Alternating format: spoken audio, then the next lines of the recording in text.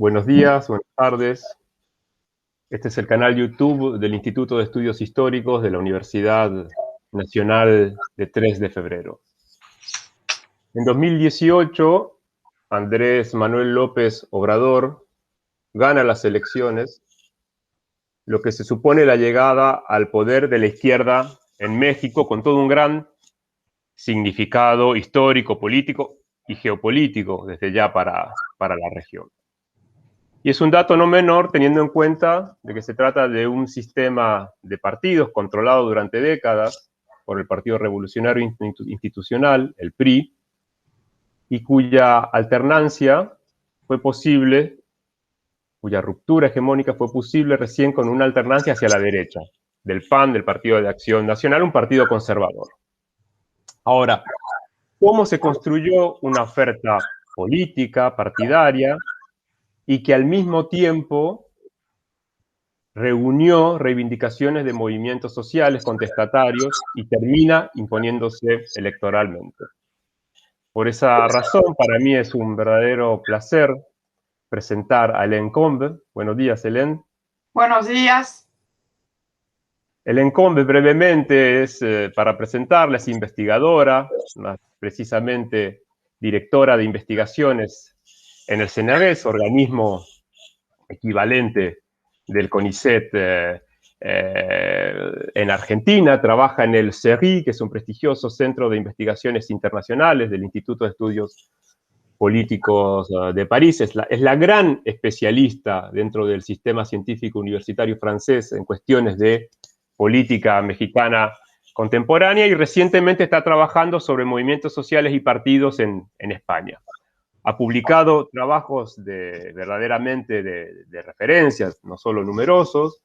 Realiza una colaboración muy estrecha con el colega del CONICET, Gabriel Bomaro, sobre clientelismo político. Han publicado varios artículos y libros, en español y en francés al menos, y editó un gran trabajo, Hélène Combe, este libro que muestro acá, Faire Partie, un libro que viene de su tesis, no sé si el reflejo permite leerlo muy bien, editado por Cartalá, donde analiza la construcción partidaria, la fábrica partidaria, como se dice en Francia, de la izquierda en México. Es decir, cómo la izquierda se fue constituyendo durante años, durante décadas ya, entre partido político y movimiento social.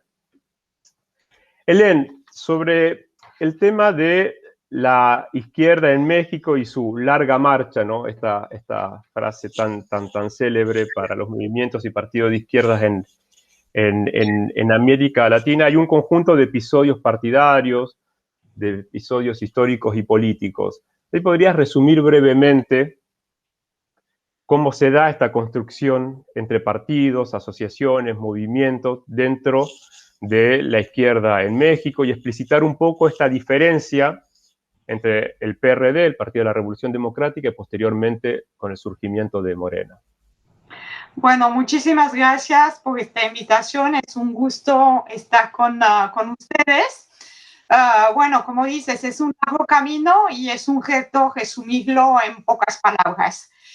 Lo voy a hacer desde la perspectiva que fue la mía, del estudio de las generaciones militantes que participaron en la construcción del Partido de la Revolución Democrática en 1989, y bueno, después que formaron parte también, porque bueno, de Morena, cuando se construyó Morena en 2014 como partido político como tal.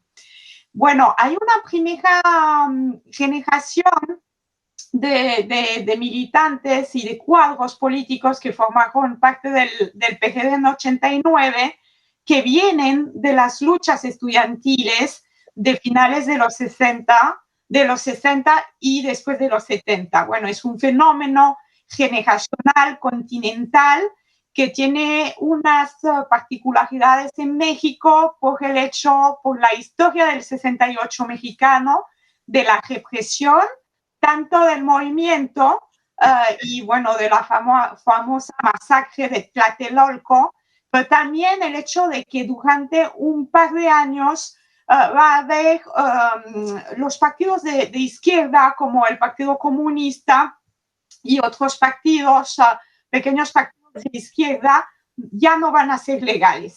Entonces hay toda una generación que son del movimiento estudiantil como de los cuadros políticos que van a vivir una cierta clandestinidad, pero muy leve comparando a lo que ha vivido, por ejemplo, Argentina. Concretamente, ¿qué quiere decir eso? Van a ir hacia el campo, a hacer trabajo de concientización, tienen organizaciones clandestinas, pero tampoco, bueno, sí, en ciertas zonas hay una represión muy fuerte, hay un par de guerrillas que fueron golpeadas de manera muy fuerte, pero bueno, hay toda una generación que se va a involucrar en el trabajo de base, y cuando hay una amnistía y se legaliza de nuevo organizaciones en 77, vamos a ver dos fenómenos. Hay de un lado la reconstrucción de la izquierda partidista, con cuadros que son más de clase media, de extracción universitaria, muchos de hecho son académicos, pero tienen también un vínculo con las movilizaciones. Por ejemplo, hay muchos economistas, sociólogos que son asesores también de movimiento campesino. Hubo una movilización campesina muy fuerte en la mitad de los 70. Y hay también toda una vertiente que venía más bien del maoísmo, que se va a involucrar, que regresa a la ciudad y que se va a involucrar en los barrios populares. Bueno, yo trabajé en específico en la Ciudad de México, y que va a hacer todo un trabajo de organización en los barrios populares. Y con el terremoto de 85, esas organizaciones del movimiento urbano popular van a desarrollar un papel muy fuerte hacia la crítica del Estado, porque, bueno, gran parte de las víctimas del terremoto son vistas como víctimas de la corrupción que hizo que no se cumplió con la normatividad en materia de construcción de edificios públicos. Muchos murieron en edificios públicos, hospitales, escuelas, y entonces toda esa generación va a desempeñar un papel muy fuerte en la organización de los barrios populares en muchos barrios de la Ciudad de México. Y me acuerdo de un dirigente que es el padre de una figura muy simpática que es Super Barrio, un luchador a favor de los pobres de una asociación emblemática que se llama Asamblea de Barrios, que me decía, bueno, finalmente rompimos el PRI desde las bases. La izquierda también, el Partido de la Revolución Democrática, se formó alrededor de una corriente democrática del PRI, que salió del PRI en 87, alrededor de la figura de Cuauhtémoc Cárdenas, pero también de alguien todavía presente en la vida de Morena, que se llama Muñoz Ledo. Pero bueno, está este fenómeno de las cúpulas, la izquierda del PRI que deja el PRI, pero está también el fenómeno desde las bases, que viene de los movimientos sociales y en particular de los movimientos urbanos. Entonces, eso es una primera generación que desempeña un papel muy fuerte y que todavía está muy presente. Estoy pensando en varios diputados actuales de Morena que vienen de, por ejemplo, una organización clandestina, una guerrilla que se llamó la CNR, y que hoy en día, que fueron cuadros del Partido de la Revolución Democrática y que hoy en día son, por ejemplo, uno es diputado de Morena y fue candidato a la presidencia del partido hace poco. Bueno, y esa generación también va a politizar, que eran gente más de clase media, ¿no? O gente de origen, de extracción popular, que había tenido acceso a la educación mediante la democratización de la educación superior en los años 60 y 70. Hay una segunda generación que es muy interesante y muy importante en los 80 que van a ser gente, bueno, líderes barriales, realmente de extracción popular con un perfil social diferente. Muchos no han tenido acceso a la educación superior y son en gran parte mujeres.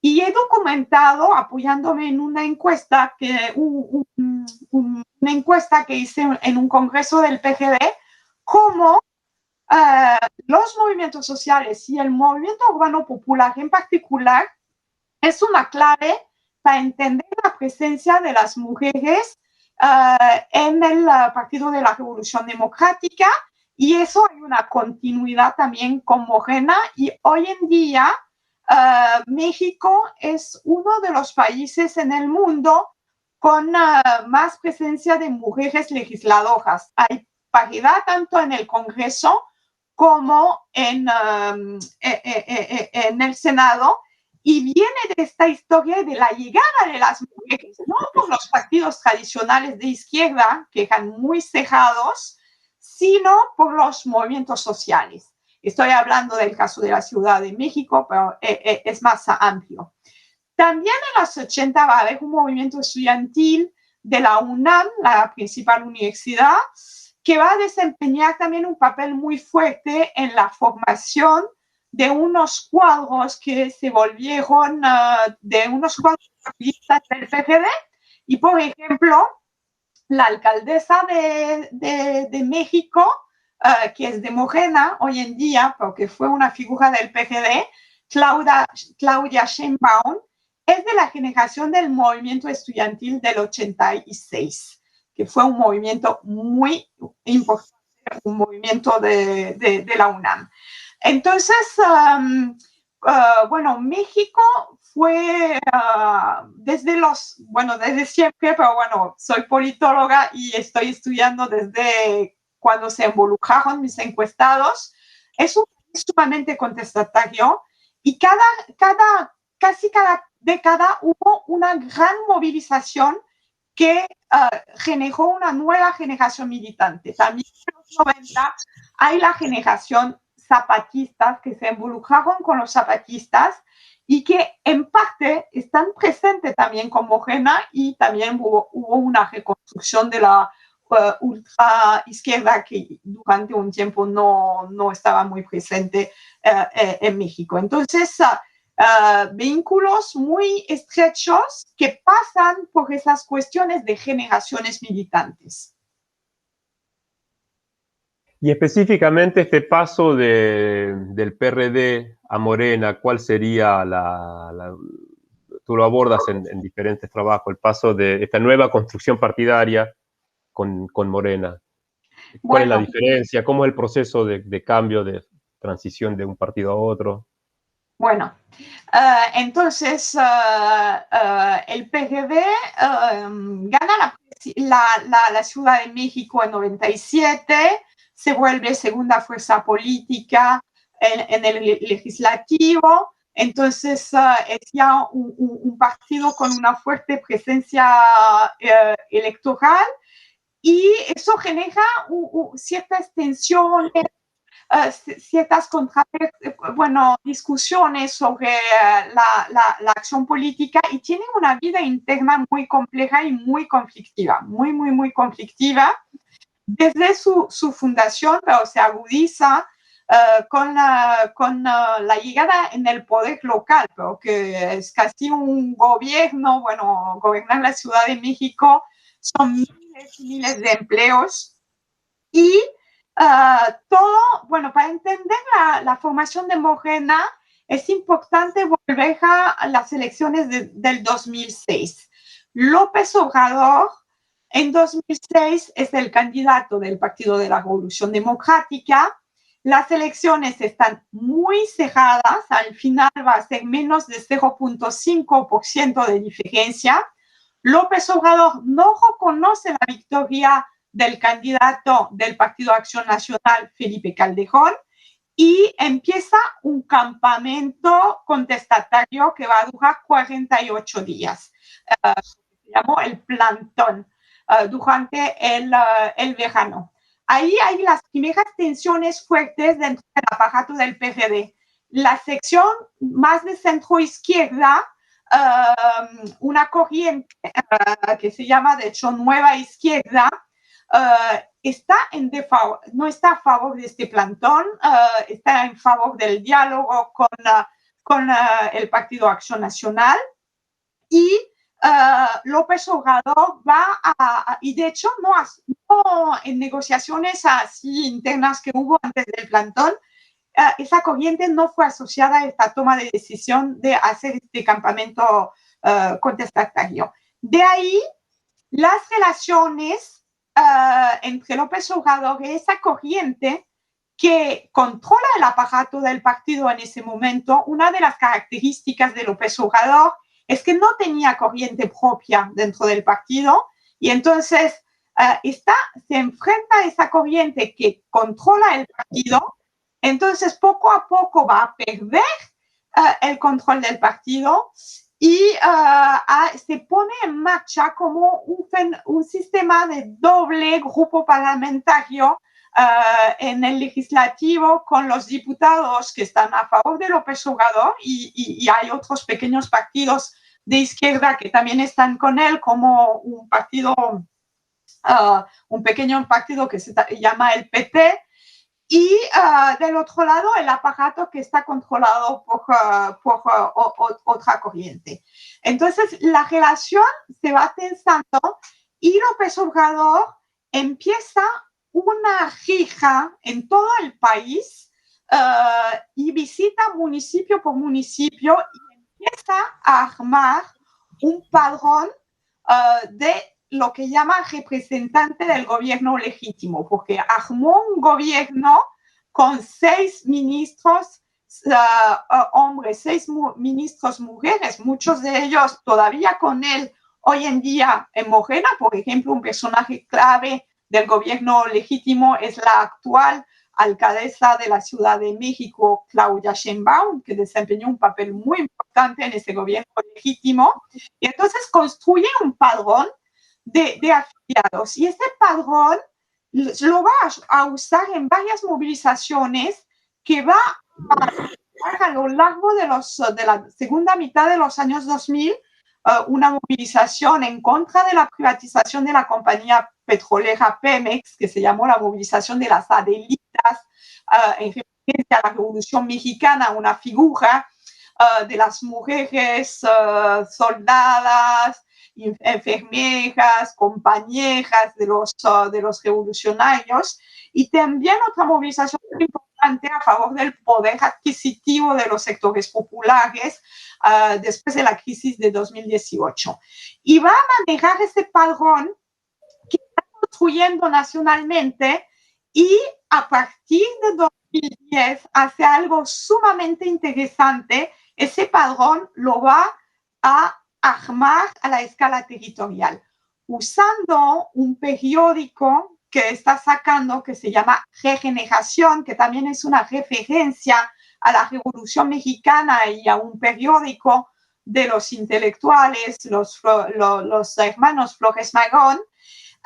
Usa el periódico para tener usa el periódico con el padrón, y tiene referente casi cuadra por cuadra, por lo menos en la Ciudad de México, y pues estos representantes del gobierno legítimo tienen que entregar el periódico, hablar con la gente, crear vínculos, y poco a poco está armando una estructura partidista independiente del Partido de la Revolución Democrática. Por razones legales, en 2012 no puede ser candidato por Morena. Morena ya existe como nombre, ya se construyó como corriente del Partido de la Revolución Democrática, pero la legislación mexicana y la hegemonía del Partido Revolucionario Institucional vino también del derecho electoral, que es muy restrictivo para las candidaturas no podían ser independientes, tenían que venir de un partido político, y los requisitos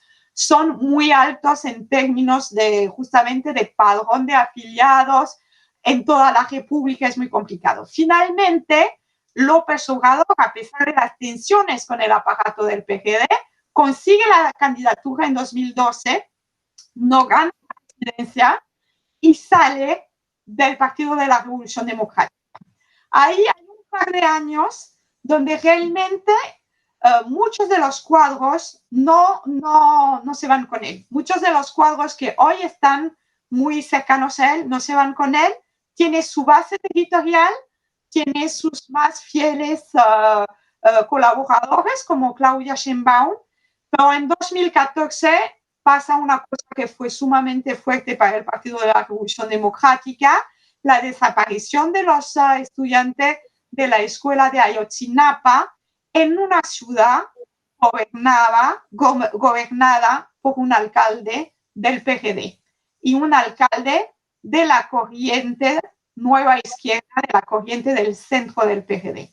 Y ahí hay renuncias masivas de la gente que está más a la izquierda del PGD. Este alcalde está acusado de estar vinculado a un cartel de la droga. Mi hipótesis es que justamente es un empresario, que justamente este tipo de perfiles llegan por la competencia interna muy fuerte y el hecho que esta corriente no tiene base social, entonces su manera de luchar contra pues los obradoristas que sí tienen una base social es reclutando gente con fuerte capital social, pero que en muchos casos en la República Mexicana quiere decir también vinculados a los narcos. Y entonces eso realmente es un parte de agua. Renuncian masivamente y además ya las encuestas de opinión muestran que para las elecciones intermedias de 2015 en la Ciudad de México, Morena va delante del PGD. Y entonces cuando salen esas primeras encuestas, muchos políticos profesionales, tengo muchos nombres a la mente, que estaban críticos del PGD, pero que por ser políticos profesionales el costo de salir del PGD es altísimo, cuando ven que si Morena se volvió una fuerza política viable, pues dejan el partido y hay una segunda ola, la primera ola de renuncia es entonces octubre, noviembre de 2014, el líder histórico Cuauhtémoc Cárdenas renuncia en ese momento, y la segunda ola de renuncia masiva pues es marzo de 2015, cuando salen las primeras encuestas de opinión y que Morena se transforma en fuerza política viable para políticos profesionales que viven de la política desde 20 años. Entonces, y ya lo que es interesante es que finalmente estos cuadros pues se juntan de nuevo con sus bases, porque sus bases ya se fueron con López Obrador, sus bases ya estaban con López Obrador, y entonces vemos que muchos venían justamente de estas movilizaciones sociales, y después obviamente cuando llega 2018 hay fenómenos más de tipo de oportunismo político y vemos gente más de centro juntarse a la candidatura de López Obrador, como fue el caso, por ejemplo, de Muñoz Ledo, que era una figura del centro izquierda en México. Es interesante el análisis que está mostrando del origen a partir de generaciones o de sucesiones de tensiones dentro de la misma izquierda. Ahora, esta pregunta sería la inversa, ¿no? De tu análisis. Es decir, no puede decir cada partido, cuando surge, quiere buscarse como la novedad, la alternativa, y hay elementos empíricos, por lo que tú demuestras para el caso de los orígenes del PRD, que justifican esta pretensión. Ahora, ¿cuál sería la continuidad que va existiendo dentro de un sistema político, en el caso particular de los orígenes del PRD, con lo que ya existe dentro de la cultura política y el funcionamiento político en México? Es decir, a nivel de personal político, a nivel de prácticas, ¿cuáles serían los elementos de continuidad de esta izquierda? Hasta aquí está claro cómo la izquierda se opone a las proscripciones que existen en el sistema mexicano, pero cómo la izquierda mexicana retoma, ahí hay unos elementos que aparecen en tu última parte de tu análisis, los políticos profesionales que van pasando a integrar una fuerza que parece ser mayoritaria. ¿Cuál sería esa continuidad, en definitiva, entre el PRD y lo que ya estaba antes? Podría ser el PRI, podrían ser las prácticas, en fin. Bueno, yo creo que podemos distinguir dos niveles. El nivel de la práctica militante y el trabajo que se hace de politización de los sectores populares, y más al nivel de esta clase política profesionalizada. Quizás voy a empezar con la segunda. Yo creo que una clave muy, muy importante para entender esta profesionalización de esta clase de política tiene que ver con el hecho de que el Partido Revolucionario Institucional finalmente institucionalizó sueldos de la vida política que son, que son casi corrupción institucionalizada, porque hay ciertos municipios del campo en el cual el alcalde puede ganar casi como el presidente de la República. Y también los sueldos de los legisladores locales, por ejemplo, son más altos que de los legisladores nacionales. Y cuando estoy hablando de sueldos altos, estoy hablando de sueldos que pueden ser 50 veces el sueldo mínimo. Entonces estamos hablando realmente de niveles altísimos, es decir, y eso yo creo que he hecho trabajo de campo a mitad de los años 2000 en Chile, después de mi tesis doctoral, donde los políticos no ganan nada. Y el contrapuesto entre la situación mexicana, donde realmente se habla mucho de la corrupción de los políticos en México, pero yo creo que mucho del enriquecimiento de los políticos viene ya con los sueldos, porque realmente los sueldos son sumamente altos. Y entonces eso agudizó, tiene muchos impactos, agudiza las peleas internas por el poder, reproduciendo mañas que venía del antiguo régimen, pero también genera fenómenos de desconexión, de ascensión social muy fuerte. Yo he trabajado un poco sobre las declaraciones patrimoniales de los diputados locales y he visto cómo después de 3 años de legislaturas todos habían mudado, comprado casas, venían de sectores populares, habían comprado casas en barrios de clase media altas, como hacía mucho trabajo de etnográfico, sabía que también había cambiado de esposas, entonces genera fenómenos bueno, se dice en francés de surclassement, de sobreclase, pero no pertenecen a esa clase, pero esos sueldos así altísimos, y entonces esto genera como una desconexión también con el campo, con las bases sociales, porque ya no viven en el barrio, etcétera. Entonces eso, y viene de la falta de regulación de los sueldos, y de hecho fue una tarea de López Obrador de bajar los sueldos en la administración pública y también para los puestos de elección popular es más complicado porque es de la propia competencia de los legisladores. Pero es un discurso que está muy presente en el caso de López Obrador, pero al mismo tiempo afecta su propio personal político. En cuanto a las bases y al trabajo de politización de los barrios populares, ahí es mucho más complicado, porque bueno,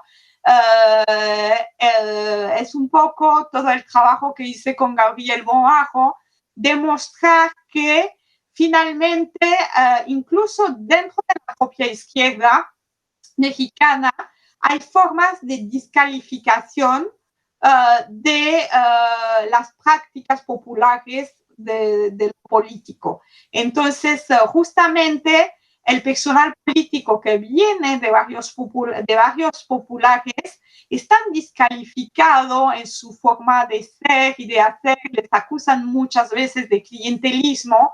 Entonces, hay muchos trabajos, incluso de antropólogos que hacen campo, pero que de mi punto de vista hacen campo con sesgos, que dicen que finalmente hay una continuidad muy fuerte, que el PGD se transformó en un nuevo PRI, y me acuerdo que en los 90 los PGDistas decían, intentamos matar el pequeño priista que está dentro de nosotros, pero yo creo que a veces es muy difícil desentramar, mostrar lo que tiene que ver con las peleas políticas que descalifican ciertos tipos de capitales políticos y la práctica. Y una cosa muy interesante con Morena es que justamente tenía antes de llegar en el poder, porque bueno, desde que llegó al poder por la pandemia y todo, bueno, hice trabajo de campo, tenía como discurso de romper con los vínculos clientelistas. En realidad retomaba el mismo tipo de repertorio partidista para movilizar a sus bases. Por ejemplo, hacía mucho trabajo de gestoría, de gestión, de apoyo jurídico para familias endeudadas o que tenían problemas con títulos de propiedad o con deudas con el agua o la electricidad, en fin. Pero eso fue un repertorio muy clásico tanto del PRI como de la izquierda para estar presente en los barrios populares. Y tenían una nueva generación que llegó, porque también hubo una nueva generación con Morena, tenía un poco la ingenuidad de pensar que era algo nuevo, porque no les pedían ni eventos de Morena, pero en el PGD tampoco, fue siempre algo que pasó por sociabilidades locales, por redes de apoyo mutuo y que politizaba por ese medio. Y entonces también hay una continuidad en eso, porque tiene también formas muy positivas que permite vincular los sectores populares a las administraciones que son lejanas. Bueno, y ahí me acerco mucho al trabajo de Gabriel Bomajo, que hace sobre Argentina, sobre burócratas de calle en Argentina, de cómo llevan el Estado al barrio haciendo ese trabajo de trámites para los sectores populares. Y ahí sí hay una gran continuidad por muchos analistas que tienen, es visto como algo negativo. Yo creo que es interesante más bien estudiarlo como un fenómeno social que no es propio tampoco de México y del PRI, y ahí yo creo que hay muchos paralelos entre Argentina y el caso mexicano.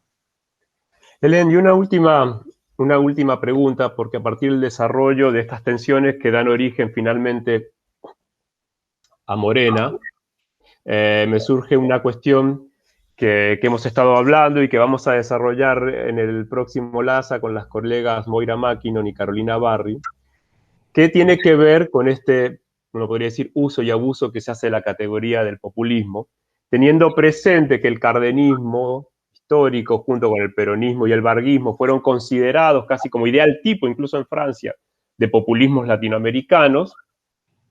Está la idea de pensar de si el obradorismo, se puede analizar bajo este prisma conceptual. Yo sé lo que piensas al respecto, pero me gustaría que puedas compartir con nosotros tu interpretación al respecto.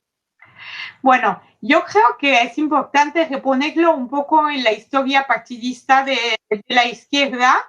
Entonces, cuando nace el PGD en 89, su primer presidente y su líder moral es Cuauhtémoc Cárdenas, el hijo de Lázaro Cárdenas. Entonces, bueno, todo lo que yo he contado sobre movimientos sociales no es la historia oficial del Partido de la Revolución Democrática. La historia oficial del Partido de la Revolución Democrática es que es el partido de Cárdenas y que nace del cardenismo dentro del PRI y del cardenismo en la izquierda mexicana, que está representada por un pequeño partido que se llama el PMS y también por la herencia comunista, porque bueno, Cárdenas había hecho reforma agraria, nacionalización de la compañía petrolera, en fin, entonces había una presencia muy fuerte de Cárdenas en la izquierda mexicana. Y cuando yo empiezo mi trabajo de campo, una joven estudiante francesa, me acuerdo que estaba hablando con un académico muy reconocido en México y me dice, ¿de qué sirve hacer trabajo de campo si el PGD es el partido de Cárdenas? Y yo no veía algo muy diferente en el campo.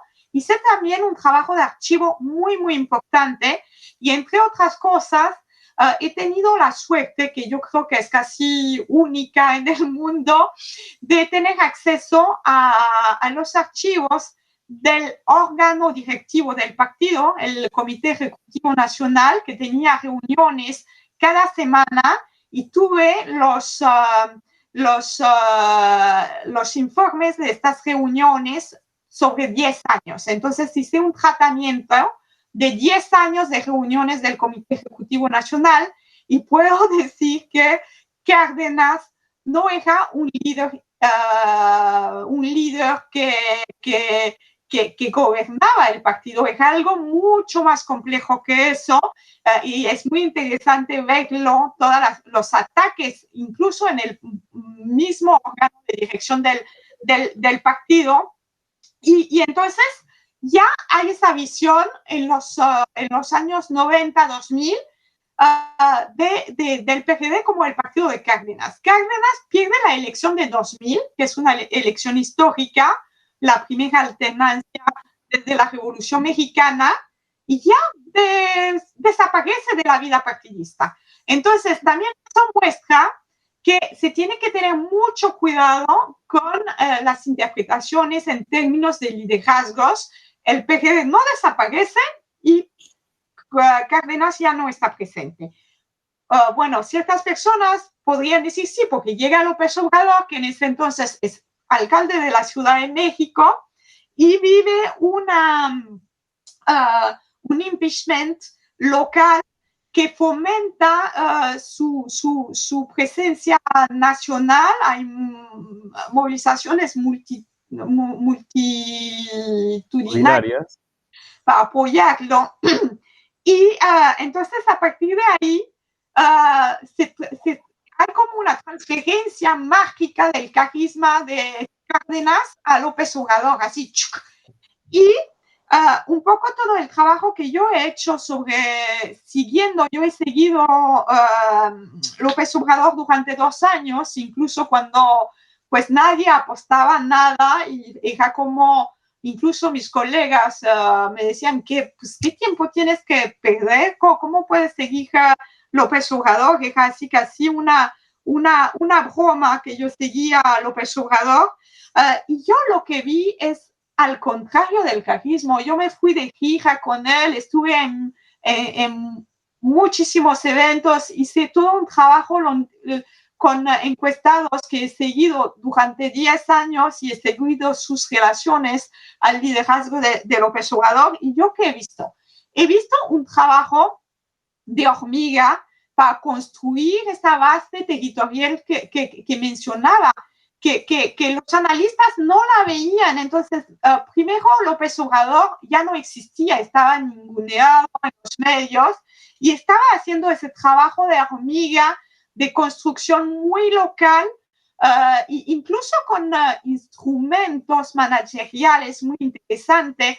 Por ejemplo, cada distrito electoral en la segunda parte del año, en la primera parte de los años 2010, cada distrito electoral tenía un encargado de la distribución del periódico Regeneración y López Obrador tenía él mismo el registro y daba objetivos a estos responsables territoriales, y una vez al mes se juntaba con cada equipo de cada estado de la República Mexicana y me han contado cosas muy interesantes. Me decían así, llegaba López Obrador y decía, fulano, estás a 20% de tu objetivo, estás muy mal.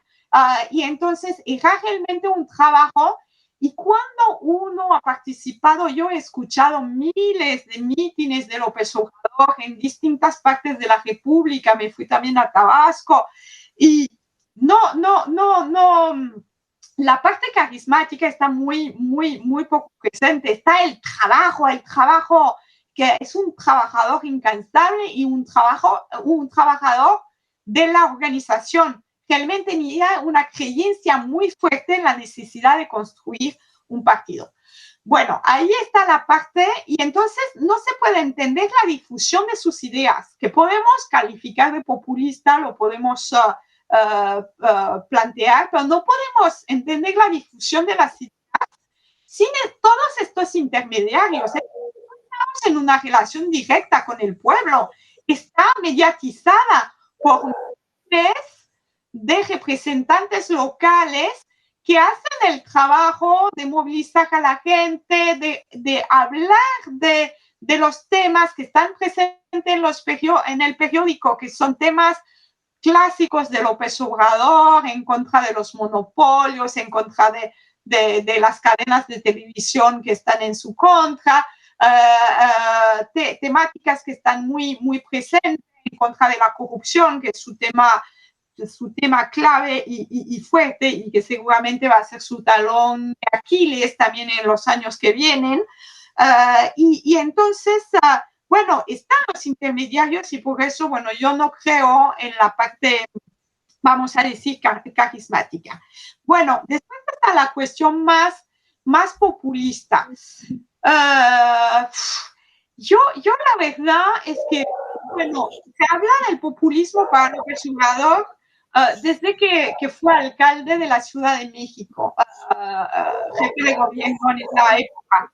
Y yo decía, bueno, a ver, alguien que pone una pensión universal para adultos mayores de más de 70 años en Ojopa es visto como algo, pues es, bueno, ni siquiera es socialdemócrata, es un programa muy moderado. Y como presidente nunca entró a la cuestión fiscal, en fin, entonces sí, puede ser en la forma, en la manera que tiene estas conferencias matutinas que tiene todos los días, que bueno, que recuerda mucho a lo presidente de Chávez, pero en el funcionamiento efectivo, bueno, yo creo que se tiene que ser muy cuidadoso, incluso en el caso de un estado como el mexicano, un estado muy complejo, con distintos niveles, con contrapoderes, a pesar de que sus opositores piensan que no, en fin. Entonces, yo creo que es una categoría que se tiene que manejar con cuidado, y que es más una categoría de la batalla política y de la descalificación de lo que es López Obrador.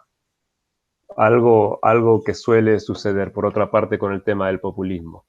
Helen, muchas gracias por tu contribución y por tu tiempo. Pues gracias a ti por la invitación, y muchas gracias a todos por escucharme.